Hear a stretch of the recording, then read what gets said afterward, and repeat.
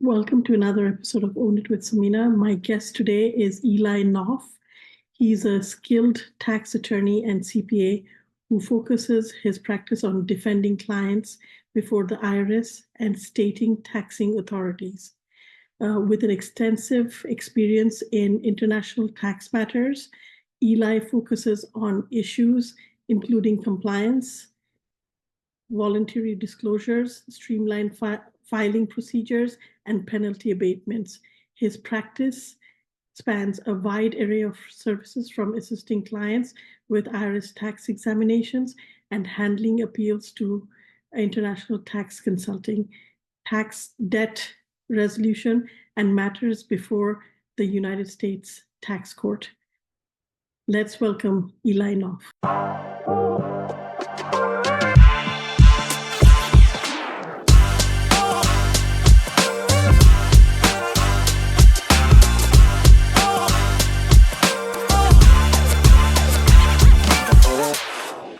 Welcome, Eli, to my podcast. It's a pleasure to have you. Thanks for having me, Samina. I appreciate it. Eli, why don't you tell our audience who you are, what you do, how long you've been in your work, and we'll start there. Sure.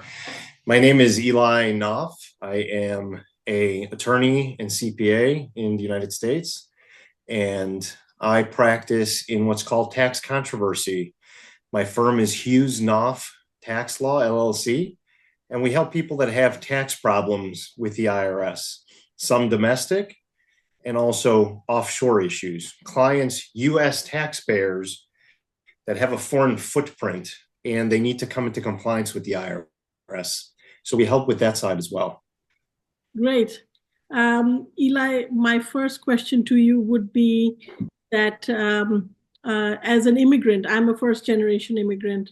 And of course, I have family back home. And if I have inheritance property, or if I have a bank account that carries over, I believe, 10,000 US dollars, what do I need to do? That's a great question. So that particular example is, it touches on a lot of different issues. So I'm also first generation, U.S. born. So I understand a lot of the challenges that people deal with. I'll say this, look, when transacting outside the United States, if you're a U.S. person, which would mean either a U.S. citizen, a green card holder, or substantially present in the United States, generally the IRS will look not just what you have here in the United States. They want to see what you have around the world, because the US generally taxes people on worldwide income. So they look at your income from around the world. So there's a few different things we're going to touch upon. Number one is worldwide income, basically the income piece of it, the tax piece of it, where the IRS wants to know how much money you're making from outside the United States. And that gets reported on your US tax return. Now, it's not necessarily so that you'll pay additional tax in the US.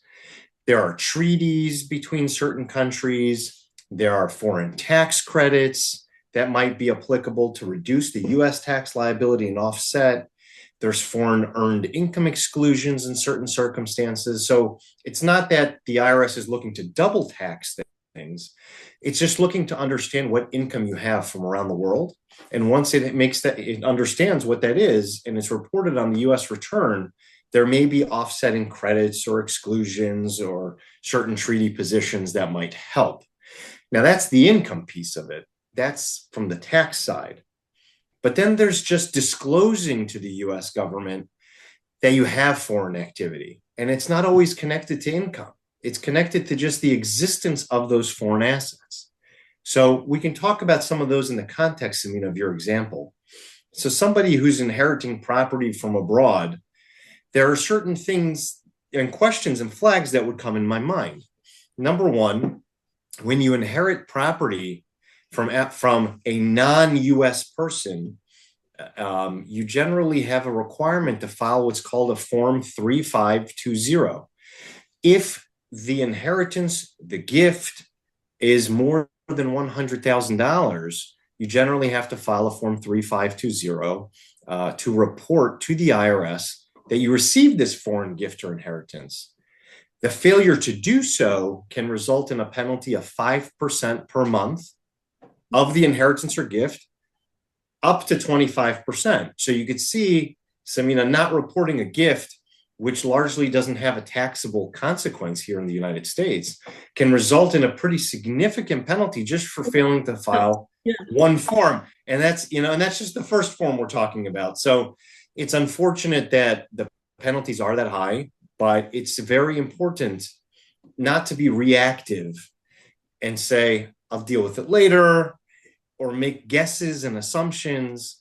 It's always good to work with a good accountant to make sure that you understand what your obligations are and you're being proactive, because I can tell you that my practice largely deals with people who didn't think ahead, who did not think ahead, and are now looking to fix it backwards. And while we help them to the best extent possible, it's a lot more expensive to ask for forgiveness than to do it right the first time.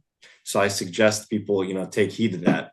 Now that's just the foreign gift, but anytime you have foreign assets, it touches on other issues as well and other types of forms. I'm happy to talk about them, or if you had any specific questions. On the inheritance, Eli, let me ask you, from the point of view of getting the inheritance, when does it really start? From the time my parents put my name in the property, or from the time they passed away that I got the inheritance? When does that time frame start? That's a really very, very good question. And it's something we grapple with and deal with a lot. And sometimes that turns into local law issues. But look, generally, if it's something where somebody passes in January of 2023, and then sometime in 2023, they receive the inheritance, it happened in the same calendar year. Mm-hmm. So that makes it a lot easier to analyze. But sometimes you have situations where people pass away, and then it stays open, the estate, for a couple of years of time. Is there even an estate? What's the law in the country they passed away? What's really happening from a factual standpoint? And because of that, we deal with these issues on a case-by-case basis, and it just really depends on the facts of what country, whether the circumstances, and we try to help the client figure out at what point in time is this form supposed to be filed. And I wouldn't just wait. And it's a good question, Samina, because people wait and say, well, parents died in 2018. When I get the money, I'll deal with it. Meanwhile, it's 2024, and things happened in between that may have been the trigger for filing the form. So I think that's where, it makes sense to get someone involved early on, and again, not make assumptions and guesses and maybe have costly mistakes from that process. What happens if, say, I'm just giving you an example, Eli. Say my father put my name in a property. I had no clue about this until, something happens. And then I find out after 5 years, 5 years ago, he had added me to the property, but I'm getting to know right now. I had no clue about this before. Right. So again, that speaks to the specific facts of the case. So things that I would be asking are, well, why was your name added to the property? Is it just for the future? Because in that particular country, if it's not added to the property, it will default into ownership. It'll default to certain rules that you are trying to avoid. But really, it's not a completed gift currently, or is it a completed gift? We need to understand why it was put in that person's name. Did you sign a power of attorney in order to allow Dad to go ahead and put that asset in your name? What did you know? What should you have known? What was intended to happen? And then going through the facts of it all. But these are issues that come up. It's not always so black and white. There's a lot of complicated issues that do arise when you're dealing with foreign gifts and inheritance. But I'll tell you, one of the things, Samina, that we see a lot is generally somebody passes away or they give you a gift during lifetime. That's this Form 3520. But when somebody passes away abroad, there's also other considerations. So before we get to the gift and the actual receipt of inheritance, when somebody passes away, if you're a beneficiary and you're supposed to receive money from a foreign estate, the IRS has a form called the FATCA Form 8938.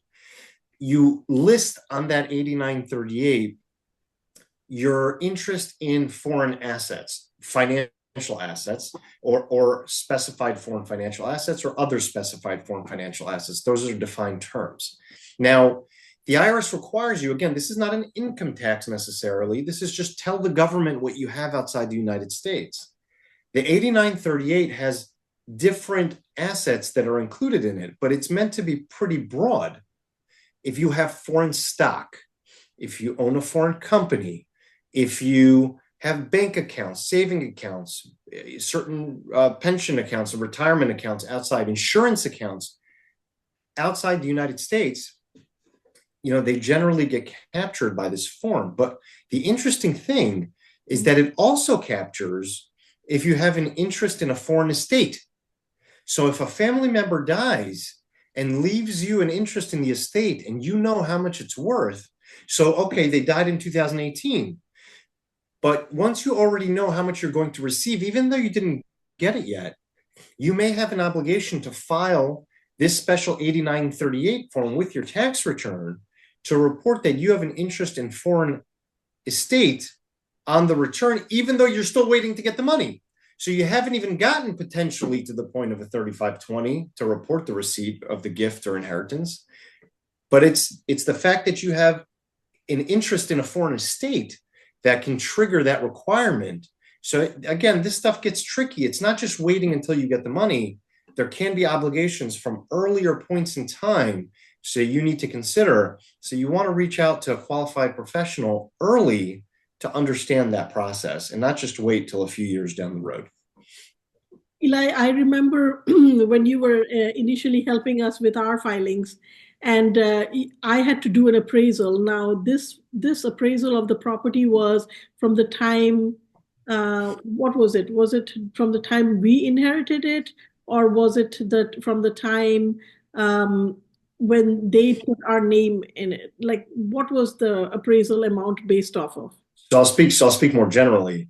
But Yeah. generally, why it matters to have a fair market value or an appraisal is that when you're determined to receive the gift or inheritance, and again, that goes to the earlier discussion of timing and facts and circumstances. We don't have to get into that now. But the point is the Form 3520 has a section called Part 4. It's dedicated to gifts or inheritances. And it specifically asks to list what the asset is, house in foreign country, and then it has a fair market value column. And it wants to understand what the value is for timely reporting.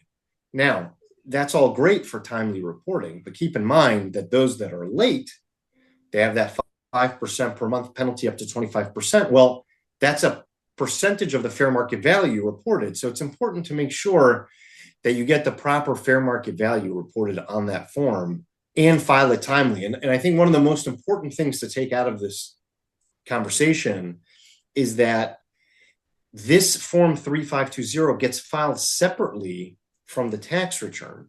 The tax return goes, sometimes you e-file it, sometimes you paper file it, but the 3520, you have to look at the instructions for the year you're filing. And currently it gets filed to an address in Ogden, Utah. So you want to make sure that you're filing it on time to the right place with proof of mailing, generally certified mail. And then you want to also ensure you have a copy of what was filed, because if the IRS later says, oh, it was a month late, 5% penalty, and it's $1 million inheritance, that's a $50,000 penalty, all because you don't have proof. You filed it on time. And you need to keep proof, copy of what you filed, signed, and certified mail, so that you're not dealing with these types of issues, challenging it later with the IRS and trying to get, a victory, which is a loss already. If you had to hire somebody to deal with it and fight, you're already in a bad position. And then correct me if I'm wrong, Eli, the biggest thing is we have to let our CPAs know we are not the experts in filing tax returns, and making sure that the CPA has also filed it, not just told the CPA about Correct. it, but to make sure that the CPA has filed it on time and gotten receipt of the filing. Right. Well, Samina, you could be giving this podcast. I'll interview you, but you make a good point. So you make a very good point. I mean, I've seen people just take it for granted that their CPA is going to do that. Oh, I did mention it to them, so I will just take care of it. So you touched on a few different things. Number one is if you're not working with a qualified CPA, I don't prepare tax returns. This isn't a sales pitch for me to do it. I practice as a lawyer, and I help people who have problems and want to come into compliance and realize they didn't do a lot of this stuff and want to work with someone to fix it with the least amount of penalties possible. That's what I do. But I would suggest that if you have offshore activity, if you're not very comfortable with terms like FBARs, which we'll talk about, 3520, 8938 FATCA, which we touched a little bit, then don't do it yourself. Go to a qualified CPA, go to a qualified professional, number one. Now, when you're with a qualified professional, just having a qualified CPA isn't enough. It's not forgiveness for any mistake that's ever made. In order to have what's called reliance on a professional and to be able to rely on them in the event something is missed and the IRS comes back for penalties, you have to have what's called a reliance defense. And for a reliance defense, you generally have to meet a few criteria.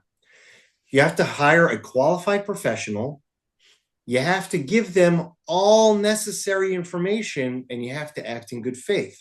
So let's the second one. First, qualified professional, not just somebody who doesn't know international but has a CPA designation. You need to know. You have to have someone who's qualified and specializes in this. But the second prong, which is the most important, is giving them everything they need to know. Just telling the IRS, I said something to my accountant, is not enough. In order to get relief from penalties, you need to show that you gave them everything that the CPA needed to make a determination of what the right thing was to do. And I think that that's really important is, there's sometimes that fear of sharing with the accountant, but you have to overcome that fear. Look, if it's something that's already missed, and certainly if it was something that was intentionally missed, you should talk to a lawyer. Yeah. But if it's something about now going forward, then you should, and it's about this year, you need to disclose to the accountant all relevant information for them to be able to make that determination of what was required for you to rely on them. And I think that's important. And you made a second point, Samina. It's not just giving them the information so you can rely on them, but it's also making sure they filed it. Yes. So to actually file just saying I gave my accountant everything, they said they were going to file the 3520, the FBAR, the FATCA, the return. Well, that's great, but you have an obligation to ensure it's filed. It is your obligation to file, not necessarily the CPA's. And the government will look to the taxpayer to see what they did to file it. It's your responsibility to ensure it was filed. And as much as that seems unfair, it's just the way it is. So, yeah. So coming from a perspective of a person who's going to see this podcast, Eli, and then say, oh my God, I didn't know any of this. Yeah. So let's talk about just a couple other forms beforehand, and then we'll switch over to that question, because it's a great question. So I think, look, one of the biggest forms we deal with and see that people, miss is the FBAR, the Foreign Bank Account Report. It's also known as the FinCEN. That's FinCEN is short for Financial Crimes Enforcement Network 114. Mm-hmm. So the FinCEN 114, we all call it the FBAR, FBAR. The FBAR is required to be filed when, in the aggregate, you have more than $10,000 at any point during the tax year. Mm-hmm. So it's it looks at the highest balance, and how that's computed can get a little tricky. But the point is, if you have more than $10,000 outside the United States in foreign bank accounts, that includes pensions, retirement accounts, insurance accounts. There are certain exceptions, but bank checking, savings, brokerage, investment, bank accounts owned by companies that you have significant direct or indirect control over. If you have signature authority or control over foreign bank accounts, and that's there are rules about that, then you have to file the FBAR. The FBAR penalties have been so significant and so heavily litigated over the last greater than decade that you want to make sure, like with the foreign gifting, that you stay in compliance with this form. Just so you understand, there's two paths for FBAR penalties. One path is the non-willful penalty. That's by accident, right? Or, non-willful to be specific. That penalty is $10,000 for every year you fail to comply, and it's indexed for inflation. Right now, it's a little over $16,000 a year. The willful penalty for those that either knew about their requirements and didn't do it, or were willfully blind about the requirements or reckless about the requirements, the IRS can assess penalties of either 50% of the account or $100,000 per account, whichever is greater. The penalties for willful FBAR noncompliance are enormous. So once you discover the issue, reach out to a qualified attorney, discuss your options. And that goes to, I guess, the next part of the conversation, that, look, just like there's forms for outbound, I have foreign bank accounts, FBAR, and FATCA 8938. We talked about that earlier. I have gifts, 3520, foreign gifts, 3520. I have a foreign corporation, a company that I own, that's potentially 5471. I have a US company that's owned by a foreign person. That's 5472. All these forms have penalties and significant penalties for noncompliance, and I deal with it on a daily basis. Just to switch into, well, what is it that we can do to help fix these problems? I think, look, if you determine you have a requirement for this year, so it's 2024, and you have a this year requirement, and it's the first time it comes up, go to a qualified accountant. If you need a qualified accountant, reach out to Samina, reach out to myself. I'm happy to provide that information so that you have that contact information for a good accountant, and we'll get you into qualified hands. If it's a problem for the past, we want to talk about that first, because we want to have a privileged conversation with you about what happened, what should have happened, what are the penalties, and what are the ways to fix it. The IRS has various procedures to come into compliance: streamlined filing procedures, delinquent submission procedures. Those are designed more for people who are not willful or don't have any income tax noncompliance, but it's just information reporting. Then you have voluntary disclosures for those with willful conduct exposure. But each of them have different structures to try to create certainty as much as possible around the penalty, and to try to reduce some of that, penalty concern or damages from the non-compliance. So we work through that with clients all the time. We talk free of charge just to try to understand what's going on, make sure we're both a good fit, and work through that with people. And what I've seen is lately, like I'm from Bangladesh, and I have family in Bangladesh and India, and countries like India, Pakistan, Bangladesh, they have now signed a treaty that they're going to report everything, everybody, all the U.S. citizens abroad that have accounts or property in their country, they're going to report it to the U.S. This is recent. This was not there before. The world is becoming smaller and smaller and smaller, and the banks, the IRS exerts, or the U.S. government exerts significant pressure on the foreign banks to comply. And there have been a lot of penalties and prosecutions for some of these foreign banks to bring them into the fold and to try to identify account holders that have a U.S. connection, a U.S. nexus, and they report them, and then they get W-9s. It becomes very difficult nowadays to be a U.S. person outside the United States who has foreign bank accounts. A lot of banks won't do business with U.S. persons. So, the world is becoming smaller. The government is getting this information. At some point, with AI and the capabilities that the IRS has, they'll match this information up with taxpayers and then start sending audit notices, or I know they're already doing these types of things, but auditing people, catching them. And here's the biggest takeaway. It's better. There's more options to fix something when it's voluntary. When you're coming to the government first, When they found you, That's it's not voluntary anymore, then you're looking at a lot of penalties, and it's a lot more expensive from a representation standpoint as well. So, voluntary is an important consideration, and making sure that you come to the government first, tends to get you a better result. What's interesting, Eli? This was about 6 months ago. I took a trip to Bangladesh to see my parents, and returning, actually, the customs officer actually said that you have property back home and everything. They're fully aware of it because I filed it. They're fully aware of it. They know it's in my profile. Coming in, Huh. it's very interesting. So, The like, world is becoming a smaller place. they know about it and you didn't tell them. It has to be coming from you first, volunteering from your end first, which is the most important thing, I believe.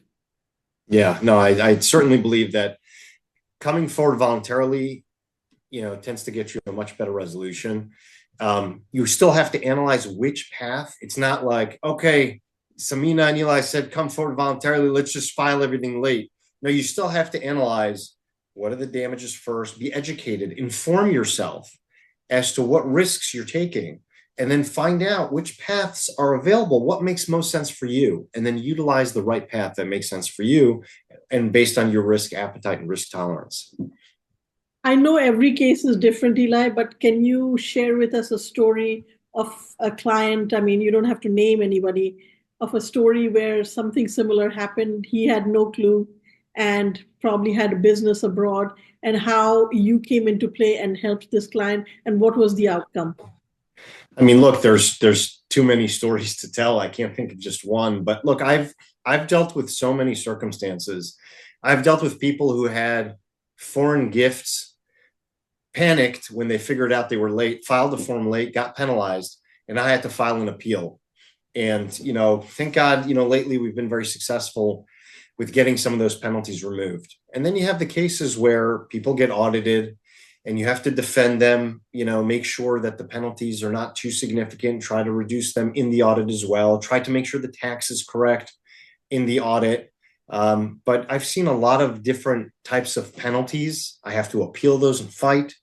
I've seen cases where people get audited first, and I'm defending them to make sure there's the right tax number and the right penalty number, and try to resolve it as quickly as possible with the IRS, which is not always easy. And I've seen people that come to us forward first and say, look, we want to comply. I have so many clients like that now, and we try to figure out what should have been done. What are the penalty damage? We educate and inform our client, and then we show them the options to come into compliance. And then you file, and you hope you never hear back from the government, and you're done. And the clock ticks and statutes of limitations start running because the government only has so many years to go back and look at things, because there has to be some finality so people can go to sleep at night knowing that they've complied, and the government, cannot look at certain things anymore after a certain period of time. So, we've done cases like that all across the spectrum of people that got caught and got audited, people that are coming forward first, people in the middle with some penalties that need abatements. So we've seen it all. Let's wrap up with one last question, Eli. All the forms, can you just one by one just mention them, what they are, and how they need to file them accordingly? If you could just mention all the forms for our audience.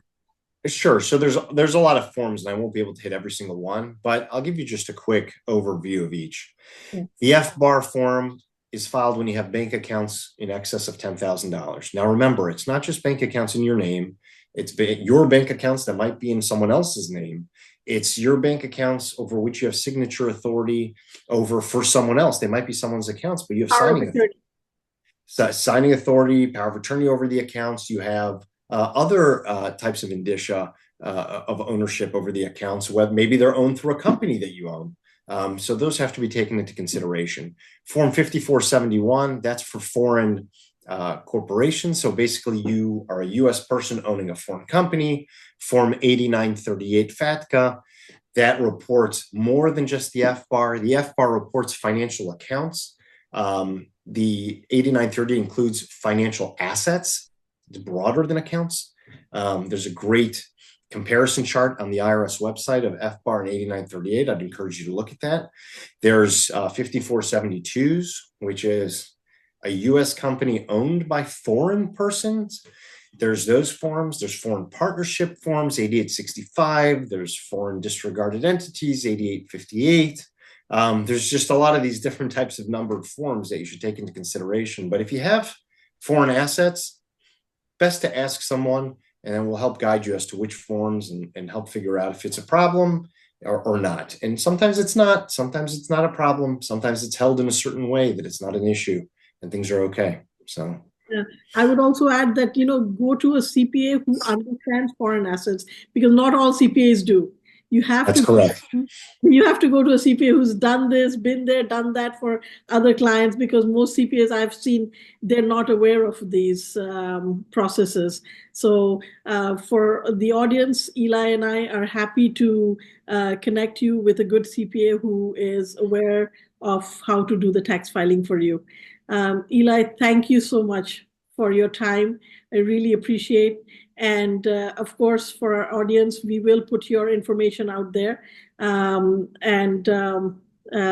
Happy holidays to you. Thank you very much, Samina. Happy holidays. Thanks for having me. Take care. Okay. Bye-bye.